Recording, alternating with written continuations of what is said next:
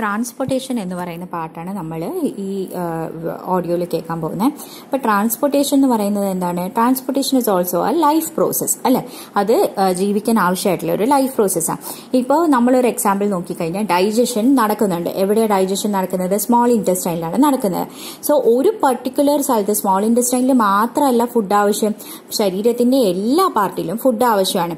So ഒരു പാർട്ടിൽ absorb ചെയ്തിരിക്കുന്ന സാധനങ്ങൾ ബോഡിയിൽ ഫുൾ എത്തിക്കുന്നത് ആരുടെ ഉത്തരവാദിത്തമാണ്? ഏത് പ്രോസസ്സിന്റെ ഉത്തരവാദിത്തമാണ്? ട്രാൻസ്പോർട്ടേഷൻ എന്ന് പറയുന്ന പ്രോസസ്സിന്റെ ഉത്തരവാദിത്തമാണ്. So substances which are made or absorbed in one part of the body is carry to other parts. അതാണ് ട്രാൻസ്പോർട്ടേഷന്റെ ധർമ്മം എന്ന് പറയുന്നത്. സോ എന്തൊക്കെ സാധനങ്ങളെ ട്രാൻസ്പോർട്ട് ചെയ്യണം? ഫുഡ് ട്രാൻസ്പോർട്ട് ചെയ്യും, എൻസൈംസ്, ഹോർമോൺസ്, അതേപോലെ gases, oxygen, carbon dioxide പോലത്തെ ഗ്യാസസ്, വാട്ടർ, വേസ്റ്റ് മെറ്റീരിയൽസ്, ഇങ്ങനത്തെ കുറേ സാധനങ്ങൾ ട്രാൻസ്പോർട്ട് ചെയ്യണം. ഒരു പെർട്ടിക്കുലർ സ്ഥലത്ത് നിന്ന് വേറെ ഉള്ള സ്ഥലങ്ങളിലേക്ക് ട്രാൻസ്പോർട്ട് ചെയ്യണം. സോ ഈ എൻസൈംസ് എന്നൊക്കെ പറയുന്ന സംഭവങ്ങൾ ഒരു പെർട്ടിക്കുലർ ഗ്ലാൻഡില്ല, ഹോർമോൺസ് ഒക്കെ ഒരു പെർട്ടിക്കുലർ ഗ്ലാൻഡിലായിരിക്കും ഉണ്ടാവുന്നത്. പക്ഷെ പാൻക്രിയാറ്റിക് ഗ്ലാൻഡിൽ ഉണ്ടാവുന്ന എൻസൈംസ് തന്നെ അത് എവിടെയാണ് ആവശ്യം? സ്മോൾ ഇൻറ്റസ്റ്റൈനിലാണ് ആവശ്യം. So transportation is required for transporting പല സാധനങ്ങൾ like enzymes and hormones to other parts of the body. അപ്പൊ സിമ്പിൾ ആയിട്ടുള്ള ഓർഗാനിസം ആണെന്നുണ്ടെങ്കിൽ സിമ്പിൾ ഡിഫ്യൂഷൻ മതി. അതേസമയം ലാർജർ ഓർഗാനിസത്തിന് they need a proper mechanism in order to transport from one place to another. Diffusion വഴി പോയി കഴിഞ്ഞ് കഴിഞ്ഞാൽ നമ്മുടെ ഈ പറയുന്ന പോലെ നമ്മുടെ ഒരു ഹോർമോൺ ഹാർട്ടിൽ പ്രൊഡ്യൂസ് ചെയ്യുന്ന എന്തെങ്കിലും ഒരു സംഭവമാണെന്നുണ്ടെങ്കിൽ കാല് വരെ എത്താനായിട്ട് 2 വർഷം വേണം. നമ്മൾ നേരത്തെ പറഞ്ഞു ഓക്സിജന്റെ ട്രാൻസ്പോർട്ട് തന്നെ ഓക്സിജൻ ലങ്സിൽ നിന്നും കാലിന്റെ അവിടം വരെ എത്താനായിട്ട് 2 വർഷം വേണം. സോ ഈ സംഭവം ട്രാൻസ്പോർട്ടേഷൻ സിസ്റ്റം ഉണ്ടെങ്കിൽ മാത്രമേ അത് പ്രോപ്പറായിട്ട് ഫാസ്റ്റ് ആയിട്ടും നടക്കുള്ളൂ എന്ന് പറയാനും. സോ ഈ പ്ലാന്റ്സിന്റെ ട്രാൻസ്പോർട്ടേഷനും അനിമൽസിന്റെ ട്രാൻസ്പോർട്ടേഷനും തമ്മിൽ വ്യത്യാസമുണ്ട്. സോ ഈ പ്ലാന്റ്സിനെ സംബന്ധിച്ചിടത്തോളം അവർക്ക് സ്ലോവർ റേറ്റിലുള്ള ട്രാൻസ്പോർട്ടേഷൻ മതി. Why does plants require only slower rate transportation? Why? Because പ്ലാന്റ്സിന് മൂവ് ചെയ്യേണ്ട, അതുകൊണ്ട് തന്നെ അവരുടെ എനർജി റിക്വയർമെന്റ് വളരെ കുറവാണ്. അതും പോരാഞ്ഞിട്ട് പ്ലാന്റ്സിന്റെ മേജർ പോർഷൻ എന്ന് പറയുന്നത് ഡെഡ് സെൽസ് ആണ്. ഡെഡ് സെൽസ് വെച്ചിട്ടാണ് ടിഷ്യൂസ് എല്ലാം ഉണ്ടാക്കിയിരിക്കുന്നത്. സോ അതുകൊണ്ടാണ് ഈ എനർജി റിക്വയർമെന്റ് ഭയങ്കര കുറവായിട്ടുള്ളത്. സോ പ്ലാന്റ്സ് മൂവ് ചെയ്യുന്നില്ല എന്നുള്ളതും അതേപോലെ ടിഷ്യൂസ് എല്ലാം ഡെഡ് സെൽസ്, കുറേ ടിഷ്യൂസ് ഡെഡ് സെൽസ് വെച്ചിട്ടാണ് ഉണ്ടാക്കിയേക്കണേ എന്നുള്ളതും വലിയൊരു കാരണമാണ്. That plants does not require energy, much energy. ആ എനർജി വേണ്ടാത്തത് കൊണ്ടാണ് സ്ലോവർ ട്രാൻസ്പോർട്ടേഷൻ മതി എന്ന് പറയുന്നത്. സോ എന്താണ് അതേസമയം അനിമൽസിനെ സംബന്ധിച്ചിടത്തോളം they move about, so their energy requirement is very high. So substances need to be transported very very soon. അങ്ങോട്ടും ഇങ്ങോട്ടും ട്രാൻസ്പോർട്ട് ചെയ്യണം. ഇനി പ്ലാന്റ് എന്തൊക്കെയാണ് ട്രാൻസ്പോർട്ട് ചെയ്യുന്നത്? പ്ലാന്റ്സ് വാട്ടറും മിനറൽസും ഒക്കെയാണ് ട്രാൻസ്പോർട്ട് ചെയ്യുന്നത്. അതേപോലെ food which are prepared in the leaves, അതും ഈ പറയുന്ന പോലെ ട്രാൻസ്പോർട്ട് ചെയ്യും. So water, minerals, food prepared in the leaves ആണ് പ്ലാന്റ്സ് ട്രാൻസ്പോർട്ട് ചെയ്യണത്. അതേസമയം അനിമൽസിനെ സംബന്ധിച്ചിടത്തോളം കുറേ കൂടി ഇലാബറേറ്റ് ആണ്. അതായത് അവർക്ക് ബ്ലഡ് സിസ്റ്റംസ് ഉണ്ട്, ഈ പറയുന്ന പോലെ വേസ്റ്റ് മെറ്റീരിയൽസിന്റെ ട്രാൻസ്പോർട്ടേഷൻ, അതുപോലെ തന്നെ ഫുഡ് അബ്സോർബ് ചെയ്തിരിക്കുന്നതിന്റെ ട്രാൻസ്പോർട്ടേഷൻ, ഗ്യാസസിന്റെ ട്രാൻസ്പോർട്ടേഷൻ എന്ന് പറഞ്ഞിട്ട് കുറേ ടൈപ്പ് സിസ്റ്റംസ് ഉണ്ട്, കുറേ ടൈപ്പ് സാധനങ്ങളുണ്ട് ഇൻ ഓർഡർ ടു ട്രാൻസ്പോർട്ട് എന്ന് പറഞ്ഞിട്ട് പറയാം. ഓക്കെ.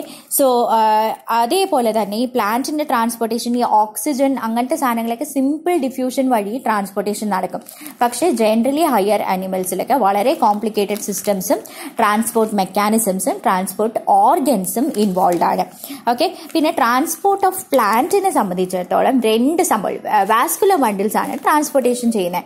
എന്തൊക്കെയാ വാസ്കുലർ ബണ്ടിൽസിലുള്ളത്? സൈലം ആൻഡ് ഫ്ലോയം വെസൽസ് ആണ് വാസ്കുലർ ബണ്ടിൽസിലുള്ളത്. അതേസമയം അനിമൽസിൽ സർക്കുലേറ്ററി സിസ്റ്റം ആണ് ഉള്ളത്. 2 ടൈപ്പ് സർക്കുലേറ്ററി സിസ്റ്റം ഉണ്ട്. ഒരെണ്ണം ബ്ലഡ് സർക്കുലേറ്ററി സിസ്റ്റം ഉണ്ട്, അതേപോലെ ലിംഫാറ്റിക് സർക്കുലേറ്ററി സിസ്റ്റം. അങ്ങനെ 2 ടൈപ്പ് സർക്കുലേറ്ററി സിസ്റ്റംസ് ആണ് അനിമൽസിനുള്ളത്. അപ്പൊ പ്ലാന്റ്സിന്റെ അനിമൽസിന്റെ വ്യത്യാസം എന്താ? പ്ലാന്റ്സിനെ സംബന്ധിച്ചിടത്തോളം സ്ലോവർ ട്രാൻസ്പോർട്ട് ആണ്, അനിമൽസിനെ സംബന്ധിച്ചിടത്തോളം ഫാസ്റ്റർ ട്രാൻസ്പോർട്ട് ആണ്. പ്ലാന്റ്സിലെ വാട്ടർ, മിനറൽസ്, അതുപോലെ തന്നെ ഫുഡ് പ്രിപ്പയർഡ് ഇൻ ലീവ്സ് ആണ് ജനറലി ട്രാൻസ്പോർട്ട് ചെയ്യുന്നത്. ഏറ്റവും കൂടുതൽ അതാണ് ട്രാൻസ്പോർട്ട് ചെയ്യണേ. ഓഫ് കോഴ്സ് ഹോർമോൺസും ഉണ്ട്, ബട്ട് അതിൽ കമ്പാരിറ്റീവ്ലി ലെസ്സർ ആണ്, സ്ലോവർ റേറ്റിലാണ് അത് ട്രാൻസ്പോർട്ട് ചെയ്യണത്. അതേസമയം അനിമൽസിന് wide variety of substances transport ചെയ്യണം. ഈ പറയുന്ന പോലെ ഫുഡ് ഉണ്ട്, അതേപോലെ ഗ്യാസസിന്റെ ട്രാൻസ്പോർട്ടേഷൻ ഉണ്ട്, അതുപോലെ തന്നെ വേസ്റ്റ് മെറ്റീരിയൽസിന്റെ ട്രാൻസ്പോർട്ടേഷൻ, അങ്ങനെ കുറേ സാധനങ്ങൾ ട്രാൻസ്പോർട്ട് ചെയ്യും. അതുപോലെ തന്നെ പ്ലാന്റ്സിൽ നോക്കിക്കഴിഞ്ഞ് കഴിഞ്ഞാൽ ഈ ഗ്യാസസ് എല്ലാം സിമ്പിൾ ഡിഫ്യൂഷൻ വഴി അങ്ങോട്ടും ഇങ്ങോട്ടും ട്രാൻസ്പോർട്ട് ആയിക്കോളും. പക്ഷെ അനിമൽസിനെ സംബന്ധിച്ചിടത്തോളം we have respiratory pigment specifically for transportation of the respiratory gases. അതുപോലെ തന്നെ പ്ലാന്റ്സിലെ വാസ്കുലർ ബണ്ടിൽസ് ആണ് ട്രാൻസ്പോർട്ടേഷന് ഹെൽപ്പ് ചെയ്യുന്നത്, which is xylem and phloem. അതേസമയം animals, higher animals like human ബീങ്സിൽ സർക്കുലേറ്ററി സിസ്റ്റം ഉണ്ട്. 2 ടൈപ്പ് സർക്കുലേറ്ററി സിസ്റ്റം ഉണ്ട്, which is blood circulatory system ഉണ്ട്, ലിംഫാറ്റിക് സർക്കുലേറ്ററി സിസ്റ്റം. അങ്ങനെ 2 ടൈപ്പ് സർക്കുലേറ്ററി സിസ്റ്റം ഉണ്ട്. അപ്പം നമുക്ക് ഫസ്റ്റ് നോക്കാനുള്ളത് ഹ്യൂമൻ സർക്കുലേറ്ററി സിസ്റ്റം ഉണ്ട്. അപ്പോൾ ഹ്യൂമൻ സർക്കുലേറ്ററി സിസ്റ്റവും പ്ലാന്റിന്റെ സർക്കുലേറ്ററി സിസ്റ്റവും അതുപോലെ ഫിഷസിന്റെയാണ് നമുക്ക് പഠിക്കാനുള്ളത്. അപ്പോൾ ഈ ഫിഷസിന്റെ ആദ്യം പറയാം. അപ്പോൾ ഫിഷിനെ സംബന്ധിച്ച് നമുക്ക് സർക്കുലേറ്ററി സിസ്റ്റത്തിന്റെ പാർട്ടായിട്ട് ആരൊക്കെ ഉണ്ടാവും? സർക്കുലേറ്ററി സിസ്റ്റത്തിൽ ഹാർട്ട് എന്താണെങ്കിലും ഉണ്ടാവും. ഈ ഹാർട്ട് എന്ന് പറയുന്നത് പമ്പിങ് പാർട്ടായിട്ടാണ്. വെച്ചാൽ പമ്പ് ചെയ്തിട്ട് ഒരു പെർട്ടിക്കുലർ സ്ഥലത്തേക്ക് എത്തിക്കണം, അല്ലെങ്കിൽ ബോഡിക്ക് ത്രൂ ഔട്ട് എത്തിക്കണം എന്നുള്ളതാണ് ഹാർട്ടിന്റെ ധർമ്മം. അപ്പോൾ ഹാർട്ടിനെ പ്രഷറിൽ അങ്ങ് പമ്പ് ചെയ്യുമ്പോഴത്തേക്ക് ഇങ്ങനെ പീച്ച് വിടുക എന്ന് പറയില്ലേ, അങ്ങ് പ്രസ് ചെയ്തിട്ട് വിടുക. അപ്പോൾ ആ ഹാർട്ട് അങ്ങ് ഫോഴ്സിൽ ബ്ലഡിനെ പ്രസ് ചെയ്ത് വിടുമ്പോഴാണ് എല്ലാ സ്ഥലത്തേക്കും എത്തുന്നത്. സോ പമ്പിങ് എന്ന് പറയുന്നതാണ് ഹാർട്ടിന്റെ ഒരു ഉത്തരവാദിത്തം എന്ന് പറയുന്നത്. സോ ഈ പമ്പ് ചെയ്യുമ്പോഴത്തേക്കും ഫിഷസിൽ എങ്ങനെയാണ് സംഭവിക്കുന്നത് എന്ന് പറഞ്ഞു കഴിഞ്ഞാൽ, ഫിഷസിൽ ഹാർട്ടിൽ 2 ചേംബറാണ് ഉള്ളത്. ലെഫ്റ്റ് സൈഡിലും ഉണ്ട്, റൈറ്റ് സൈഡിലും ഉണ്ട്. ഓക്കെ, അപ്പൊ 2 ചേംബറാണ് ഉള്ളത്. ആക്ച്വലി 2 ചേംബർ, ലെഫ്റ്റ് സൈഡിലും റൈറ്റ് സൈഡിലും അല്ല, 2 ചേംബേർഡ് ഹാർട്ടാണ് നമ്മുടെ ഫിഷസിനുള്ളത്. സോ ഈ ബ്ലഡ് എന്ത് ചെയ്യുന്നു പറഞ്ഞു കഴിഞ്ഞാൽ, ആദ്യം ബ്ലഡിനെ ഗിൽസിലേക്ക് എത്തിക്കണം. അപ്പൊ ഗിൽസിലേക്ക് ഹാർട്ടാണ് എത്തിക്കുന്നത്. അപ്പൊ ആദ്യം ബ്ലഡ് ഹാർട്ടിലേക്ക് വരും. ഹാർട്ടിൽ നിന്നും ഡയറക്റ്റ്ലി അത് ഗിൽസിലേക്ക് പമ്പ് ചെയ്തിട്ട് വിടും. ഗിൽസിൽ എന്താ സംഭവിക്കണേ നമ്മൾ ഓൾറെഡി കണ്ടിട്ടുണ്ട്. ഗിൽസിൽ ഈ ബ്ലഡിനെ ഓക്സിജനേറ്റ് ചെയ്യിപ്പിക്കുക, അതായത് ഇംപ്യൂരിറ്റീസ് എല്ലാം മാറ്റിയിട്ട് ഓക്സിജൻ ആ ബ്ലഡിൽ നിറയും. ഓക്സിജൻ ഡിഫ്യൂസ്ഡ് ആയിട്ടുള്ള, വെള്ളത്തിൽ ഡിഫ്യൂസ്ഡ് ആയിട്ടുള്ള ഓക്സിജൻ ഈ ഗിൽസിൽ നിറയും. അപ്പോൾ ഹാർട്ടിൽ നിന്നും ഗിൽസിലേക്ക് ഓക്സിജൻ ബ്ലഡ് പോയി ആ ഗിൽസിന്റെ അവിടെ വെച്ചിട്ട് ഡിസോൾവ്ഡ് ഓക്സിജൻ ബ്ലഡിലേക്ക് കയറും. അനാവശ്യമായിട്ടുള്ള ഇംപ്യൂരിറ്റീസ് എല്ലാം ഗിൽസിൽ നിന്ന് പുറത്ത് വെള്ളത്തിലേക്ക് വരും. എന്നിട്ട് ഈ ബ്ലഡ് എന്ത് ചെയ്യുന്നറിയോ, ബ്ലഡ് ഡയറക്ട്ലി ഗിൽസിൽ നിന്നും ബാക്കിയുള്ള ബോഡിയിൽ സർക്കുലേറ്റ് ആവും. ബാക്കിയുള്ള ബോഡിയിലേക്ക് ചുമ്മാ അങ്ങ് പോവും. അപ്പൊ ഹാർട്ടിലേക്ക് കയറില്ല. ഡയറക്ട്ലി ഗിൽസിൽ നിന്നും ബ്ലഡ് ബാക്കി റെസ്റ്റ് ഓഫ് ദ ബോഡിയിലേക്ക് പോവും. അവിടെ റെസ്റ്റ് ഓഫ് ദ ബോഡിയിലേക്ക് പോയി കഴിയുമ്പോഴത്തേക്ക് ആ ബ്ലഡിലുള്ള ഓക്സിജൻ ബാക്കിയുള്ള ബോഡി പാർട്സ് എടുക്കും. എന്നിട്ട് ഈ ഡീഓക്സിജനേറ്റഡ്, അതായത് കാർബൺ ഡൈ ഓക്സൈഡും ഇംപ്യൂരിറ്റീസ് എല്ലാം ബ്ലഡിലേക്ക് ബാക്കിയുള്ള ബോഡി പാർട്സ് കൊടുക്കും. അപ്പൊ ഈ ഇംപ്യൂരിറ്റീസും അതേപോലെ തന്നെ കാർബൺ ഡൈ ഓക്സൈഡ് പോലത്തെ സാധനങ്ങളും വഹിച്ചുകൊണ്ട് ഈ ഡീഓക്സിജനേറ്റഡ്, ഓക്സിജൻ പോയ ബ്ലഡ് എങ്ങോട്ടേക്ക് വരും? ഹാർട്ടിലേക്ക് വരും. ഹാർട്ട് വീണ്ടും ഡീഓക്സിജനേറ്റഡ് ബ്ലഡിനെ പമ്പ് ചെയ്തിട്ട് ഗിൽസിലേക്ക് അയക്കും. അപ്പൊ ഈ പറയുന്ന പോലെ ഒരു പ്രാവശ്യമാണ് ഒരു സൈക്കിളിൽ ഹാർട്ടിലേക്ക് ബ്ലഡ് എൻ്റർ ചെയ്യണേ. അതുകൊണ്ട് സിംഗിൾ സർക്കുലേഷൻ എന്നാണ് ഫിഷസിന്റെ സർക്കുലേഷനെ പറയുന്നത്. അപ്പൊ നമുക്ക് ഒന്നുകൂടി നോക്കാം. അപ്പൊ ആദ്യം ഇപ്പൊ ഗിൽസിൽ എടുത്തു എന്ന് വിചാരിച്ചു. ഗിൽസിൽ ഡീഓക്സിജനേറ്റഡ് ബ്ലഡ് ആണ് ഹാർട്ട് അയക്കുന്നത്. അവിടെ നിന്ന് ഓക്സിജനേറ്റഡ് ആയിട്ട് പ്യുവർ ആയിട്ട് ബ്ലഡ് കുറെ ഓക്സിജൻ വഹിച്ചുകൊണ്ട് through out the body circulated ആയിട്ട് ആ ത്രൂ ഔട്ട് ദ ബോഡിയിൽ ഓക്സിജൻ കൊടുത്ത് ആ എല്ലാ സ്ഥലത്തു നിന്നും കാർബൺ ഡൈ ഓക്സൈഡും ഇംപ്യൂരിറ്റീസും കളക്ട് ചെയ്തിട്ട് ഈ പറയണ പോലെ തിരിച്ച് ഹാർട്ടിലേക്ക് എത്തും. ഹാർട്ട് അങ്ങനെ ഗിൽസിലേക്ക് പമ്പ് ചെയ്യും. ഗിൽസിൽ നിന്ന് ബോഡിയിലേക്ക് പോകും, ബോഡിയിൽ നിന്ന് ഹാർട്ടിലേക്ക് വരും, ഹാർട്ടിൽ നിന്ന് ഗിൽസിലേക്ക് പോകും. ഒരു പ്രാവശ്യമാണ്, ഒറ്റ ടൈം, ഒരു സർക്കുലേഷനിൽ ഒരു പ്രാവശ്യമാണ് ഹാർട്ടിലേക്ക് ബ്ലഡ് വരുന്നത്. അതുകൊണ്ട് ഫിഷസിന്റെ സർക്കുലേഷനെ നമ്മൾ പറയുന്നതാണ് സിംഗിൾ സർക്കുലേഷൻ എന്ന് പറയുന്നത്. ഓക്കെ, അപ്പൊ ഫിഷസിന്റെ സർക്കുലേഷൻ കഴിഞ്ഞു. ഇനി നമുക്കുള്ളത് ഹ്യൂമൻ സർക്കുലേഷൻ ആണ്. അപ്പൊ ഹ്യൂമൻ സർക്കുലേഷനിൽ തന്നെ 2 ടൈപ്പ് സർക്കുലേറ്ററി സിസ്റ്റംസ് ആണ് ഹ്യൂമൻ ബീങ്സിനുള്ളത്. ബ്ലഡ് സർക്കുലേറ്ററി സിസ്റ്റം ഉണ്ട്, ലിംഫാറ്റിക് സർക്കുലേറ്ററി സിസ്റ്റം. ഏതൊക്കെയുള്ളത്? ബ്ലഡ് സർക്കുലേറ്ററി സിസ്റ്റം ഉണ്ട്, ലിംഫാറ്റിക് സർക്കുലേറ്ററി സിസ്റ്റം ഉണ്ട്. അപ്പൊ ബ്ലഡ് സർക്കുലേറ്ററി സിസ്റ്റം ആദ്യം നോക്കാം. ബ്ലഡ് സർക്കുലേറ്ററി സിസ്റ്റത്തിൽ ആരൊക്കെയുള്ളത്? ഹാർട്ട്. ഹാർട്ട് എന്ന് പറയുമ്പോഴത്തേക്കും കൈ ഇങ്ങനെ ഹാർട്ടിൽ വെച്ച് നോക്കണം. ഹാർട്ട് എന്ന് പറയുന്നത് പമ്പ് ചെയ്യുന്നുണ്ട്. ആ പമ്പ് ചെയ്യുന്ന സൗണ്ടാണ് നമ്മൾ കേൾക്കണേ, ഹാർട്ട് ബീറ്റ് ആയിട്ട് കേൾക്കണം. സോ ഹാർട്ട് എന്ന് പറയുന്നത് ഇറ്റ് ഇസ് എ പമ്പ്. അതേപോലെ കുറെ കുഴലുകളുണ്ട്. കുഴലുകൾ ആരൊക്കെയാണ്? Vessels, blood vessels. Blood vessels എന്ന് പറയുന്നത് 3 ടൈപ്പ് ബ്ലഡ് വെസൽസ് ഉണ്ട്. Arteries, veins, capillaries. Arteries, veins, capillaries എന്ന് പറഞ്ഞിട്ട് 3 ടൈപ്പ് കുഴലുകളുണ്ട്, പൈപ്സ് ഉണ്ട്. അപ്പൊ പൈപ്സ് ഓഫ് സർക്കുലേറ്ററി സിസ്റ്റം എന്ന് പറയുന്നത് ആർട്ടറീസ്, വെയിൻസ് ആൻഡ് കാപ്പിലറീസ് ആണ്. പമ്പ് എന്ന് പറയുന്നത് ഹാർട്ടാണ്. അപ്പോൾ ഫസ്റ്റ് നമുക്ക് ബ്ലഡിനെ കുറിച്ചിട്ട് അതേപോലെ തന്നെ fluid, there is a fluid which is present for circulation, അതാണ് ബ്ലഡ് എന്ന് പറയുന്നത്. So blood is a fluid. അപ്പം ആദ്യം നമുക്ക് ബ്ലഡിനെ കുറിച്ച് പഠിക്കാം. സോ ബ്ലഡിൽ ആരൊക്കെയുണ്ട്? അപ്പം ഒന്നുകൂടി പറയാം, ബ്ലഡ് സർക്കുലേറ്ററി സിസ്റ്റത്തിൽ ആക്ച്വലി 3 കോമ്പണൻസ് ആണ്. ഒരു പമ്പ് ഉണ്ട്, കുറേ കുഴലുകളുണ്ട്, പിന്നെ ഒരു ഫ്ലൂയിഡ് ഉണ്ട് സർക്കുലേഷന് വേണ്ടിയിട്ട്. അപ്പോൾ എന്തൊക്കെയാണ്? ഹാർട്ടാണ് പമ്പായിട്ടുള്ള, ആർട്ടറീസ്, വെയിൻസ്, കാപ്പിലറീസ് ആണ് കുഴലുകളായിട്ടുള്ളത്, ഫ്ലൂയിഡ് എന്ന് പറയുന്നത് ബ്ലഡാണ്. നൗ ബ്ലഡിനെ കുറിച്ച് പറയുമ്പോൾ ബ്ലഡിൽ 4 കോമ്പണൻസ് ആണ് മെയിൻലി ഉള്ളത്. Plasma, red blood cells, white blood cells, platelets. അപ്പം 4 കോമ്പണൻസ് ഏതൊക്കെയാ? Plasma, RBC, WBC, platelets. Plasma, RBC, WBC, platelets. അങ്ങനെ 4 കോമ്പണൻസ് ആണ് ഉള്ളത്. അപ്പോൾ ബ്ലഡ് എന്ന് പറയുന്നത് എന്താണെന്നറിയോ? കണക്റ്റീവ് ടിഷ്യൂ ആണ്. നമ്മൾ 9ാം ക്ലാസ്സിൽ പഠിച്ചിട്ടുണ്ട്, blood is a fluid connective tissue. പല ഭാഗങ്ങളെയും കണക്ട് ചെയ്യുന്ന ഒരു മീഡിയമാണ് ബ്ലഡ് എന്ന് പറയുന്നത്. അപ്പോൾ ബ്ലഡ് എന്ത് കളറാണ് ഉള്ളത്? റെഡ് കളറിലാണ് ഉള്ളത്. അത് എന്തുകൊണ്ടാണ് റെഡ് കളറിലുള്ളത്? It contains haemoglobin. ഹീമോഗ്ലോബിൻ എന്ന് പറയുന്ന പിഗ്മെന്റിൽ അയണും കൂടിയുള്ള പിഗ്മെന്റ് ആട്ടോ. അപ്പൊ അതുകൊണ്ടാണ് ഈ റെഡ് കളറിൽ ഇരിക്കുന്നത്. It contains pigment haemoglobin. Haemoglobin എവിടെയുള്ളത്? RBCയിലാണ് ഉള്ളത്, റെഡ് ബ്ലഡ് സെൽസിലാണ് ഉള്ളത്. അതുകൊണ്ടാണ് ബ്ലഡിന് റെഡ് കളർ വരുന്നത്. സോ ഇതിലെ മെയിൻ കോമ്പണൻസ് എന്തൊക്കെയാണെന്ന് നമ്മൾ കണ്ടു. പ്ലാസ്മ, RBC, WBC, ബ്ലഡ് തന്നെ റെഡ് കളർ എന്തുകൊണ്ടാണെന്നുള്ളതും കണ്ടു. ഇനി ഓരോന്നായിട്ട് നോക്കാം. പ്ലാസ്മ എന്ന് പറയുന്നത് എന്താ? It is a fluid matrix of blood. Fluid matrix എന്ന് പറഞ്ഞു കഴിഞ്ഞാൽ ഈ ഇപ്പൊ സേമിയ പായസം ഉണ്ടാക്കിയെന്ന് വിചാരിച്ചോളൂ. ഈ സേമിയ എന്ന് പറയുന്ന സാധനം എന്തിലാണ് കിടക്കുന്ന? മെയിൻ കോമ്പണന്റ് എന്താ? പാല്. അപ്പൊ പാലിൽ കിടക്കുന്നത് സേമിയ. ഓക്കെ, അതേപോലെ അപ്പൊ പാൽ എന്ന് പറയുന്നതാണ് മെട്രിക്സ്. അതേപോലെ ബ്ലഡിന്റെ മെട്രിക്സ് എന്ന് പറയുന്നത് ഒരു ഫ്ലൂയിഡ് ഇൻ നേച്ചർ ആണ്. ആ ഫ്ലൂയിഡ് നേച്ചറിലുള്ള മെട്രിക്സ് എന്ന് പറയുന്നതിന്റെ പേരാണ് plasma. So plasma is a fluid matrix of the blood. ഈ ഫ്ലൂയിഡ് മെട്രിക്സിലാണ് ബാക്കി സാധനങ്ങൾ ഫ്ലോട്ട് ചെയ്ത് നടക്കണം. ബാക്കി സാധനം എന്ന് പറഞ്ഞാൽ എന്തൊക്കെയുണ്ട്? RBC, WBC, പ്ലേറ്റ്ലെറ്റ്സ്, അങ്ങനത്തെ സാധനങ്ങളെല്ലാം ഫ്ലോട്ട് ചെയ്ത് നടക്കുന്നത് നമ്മുടെ പ്ലാസ്മ എന്ന് പറയുന്ന ഫ്ലൂയിഡ് മെട്രിക്സിലാണ്. ഈ പ്ലാസ്മയുടെ കോമ്പോസിഷൻ എന്താ? പ്ലാസ്മ എന്ന് പറയുന്നത് കളർലെസ് ആണ്. ശരിക്കും പറഞ്ഞു കഴിഞ്ഞാൽ അത് കളറില്ല. അതിൽ 90%, 90% വാട്ടർ ആണ് പ്ലാസ്മയിൽ. അതിൽ കുറേ ഡിസോൾവ് ആയിട്ടുള്ള പ്രോട്ടീൻസും ഡൈജസ്റ്റഡ് ഫുഡും അതേപോലെ common salt, waste products, hormones, അങ്ങനത്തെ സാധനങ്ങളൊക്കെയാണ് പ്ലാസ്മയിൽ കൂടുതലും ഉള്ളത്. സോ എന്തൊക്കെയാണ് സാധാരണ ഉള്ളത്? 90% വാട്ടറും ഉണ്ട്. അതേപോലെ കുറേ സാധനങ്ങൾ ഡിസോൾവ് ആയിട്ടുണ്ട്. ഡിസോൾവ് ആയിട്ടുള്ള സാധനങ്ങൾ എന്തൊക്കെയാ? Proteins, waste materials, hormones, common salt, digested food, അങ്ങനെ കുറേ സാധനങ്ങൾ പ്ലാസ്മയിൽ ഡിസോൾവ് ആയിട്ടുണ്ടാവും. അപ്പൊ ഈ സബ്സ്റ്റൻസസിനെ ഒരു സ്ഥലത്ത് നിന്നും വേറൊരു സ്ഥലത്തേക്ക് these substances are carried from one part of the body to another part of the body. പ്ലാസ്മയുടെ ഉത്തരവാദിത്തം അതാണ്.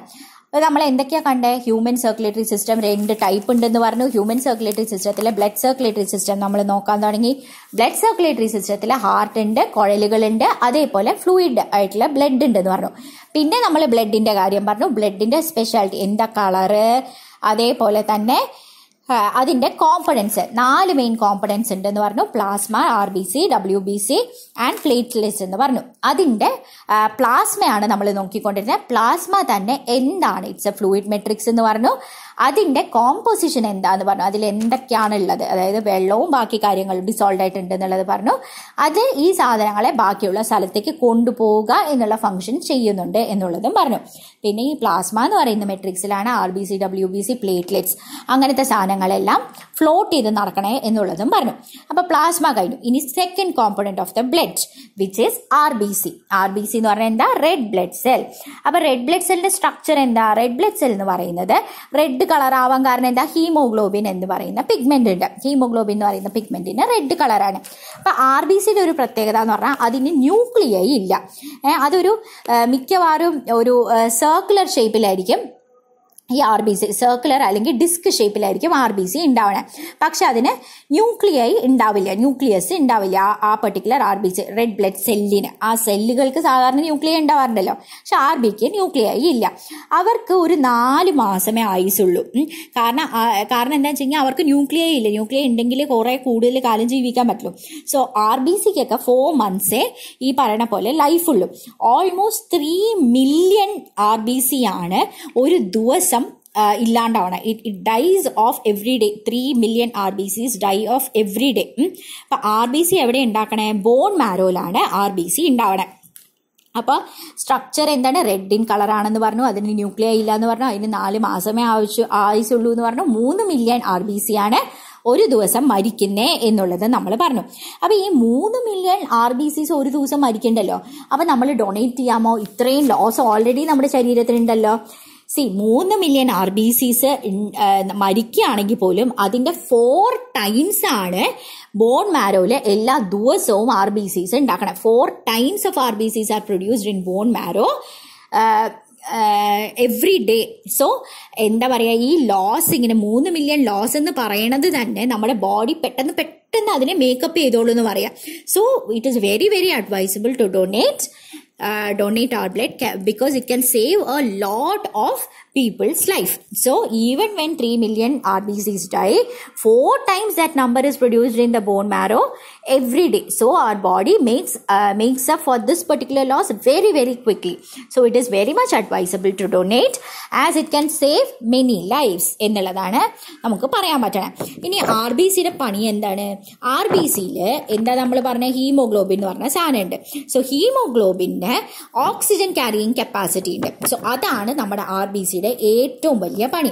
So haemoglobin present in the RBC carries oxygen to different parts of the body എന്നുള്ളതാണ് ഏറ്റവും വലിയ പണി.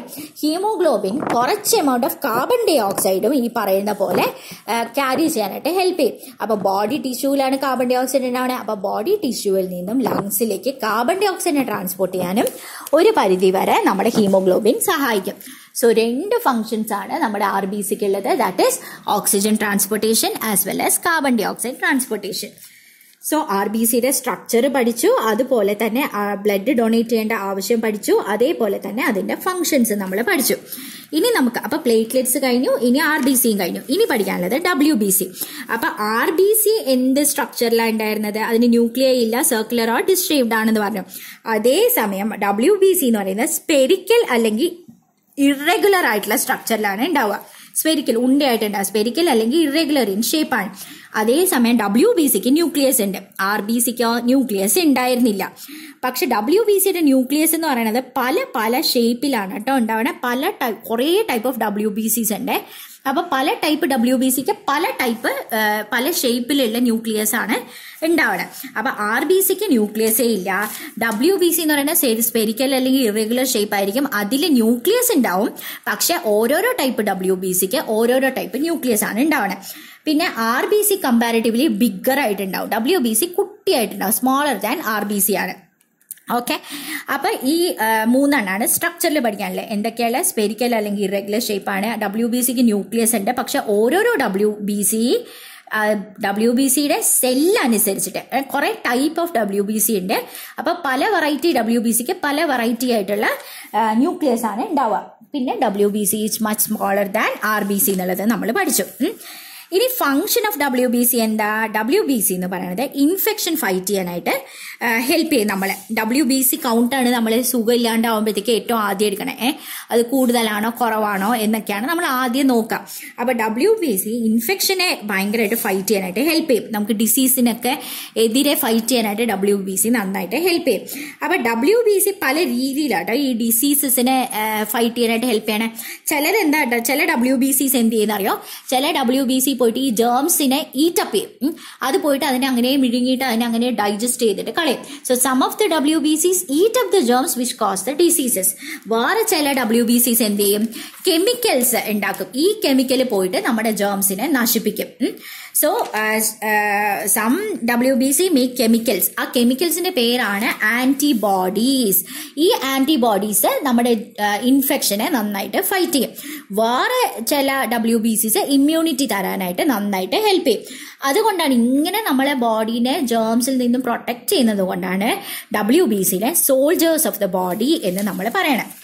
സോ WBCയുടെ ഏറ്റവും വലിയ ലക്ഷ്യം എന്ന് പറയുന്നത് തന്നെ ഡിസീസിനെ ഫൈറ്റ് ചെയ്യുക എന്നുള്ളതാണ്. സോ ചില WBCs they eat up the germs, ചില WBCs produce chemicals known as antibodies to fight the infection. വേറെ ചിലത് നമുക്ക് ഇമ്മ്യൂണിറ്റി തരും.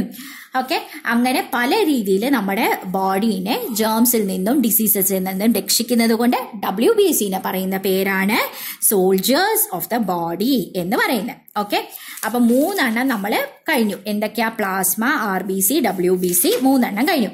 ഇനിയുള്ളത് പ്ലേറ്റ്ലെറ്റ്സ്. പ്ലേറ്റ്ലെറ്റ്സും ബ്ലഡിന്റെ ഒരു കോമ്പണന്റ് ആണ്. പ്ലേറ്റ്ലെറ്റ് എവിടെയാണ് ഉണ്ടാവണേ? ബോൺ മാരോയിലാണ് ഉണ്ടാവണേ.